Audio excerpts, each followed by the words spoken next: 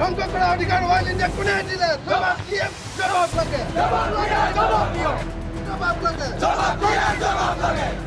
ঘৰ জ্বলাই দিয়া অধিকাৰ অইল ইণ্ডিয়া কোনে দিলে? জবাব দিয়ে, জবাব লাগে। আমাৰ ঘৰ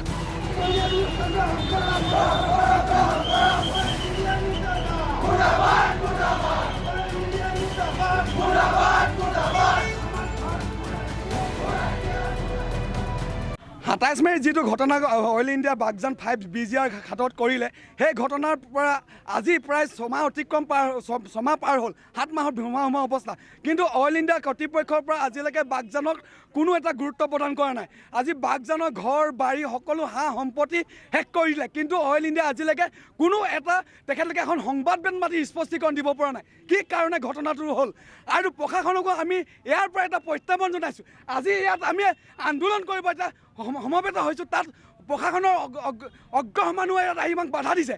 কিন্তু অইল ইণ্ডিয়া এজন মানুহ তেখেতলোকে চুচুৰাই গঁৰালত ভৰাব পৰা নাই। কিন্তু প্ৰশাসনৰ তাত নীৰৱ অৰ্থ কি?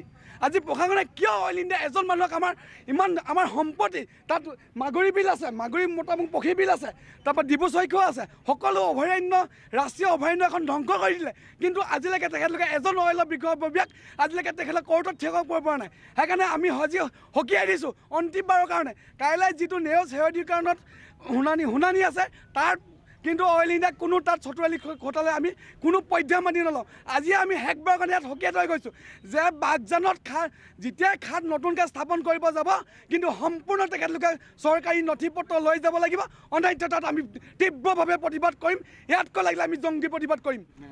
এইবিলাক চব এখন নাটক চলি আছে। এতিয়াও অইল ইণ্ডিয়া তাত বেপাৰী মনোভাৱ লৈ আছে। 50% প্ৰডাকশ্যন কৰি 50% তেখেতলোকে জ্বলাই আছে। অইল ইণ্ডিয়াক কোনে অধিকাৰ দিলে ভূগৰ্ভত থকা সম্পদ জ্বলাবৰ কাৰণে? আমাক স্পষ্ট কৰক অইল ইণ্ডিয়াই।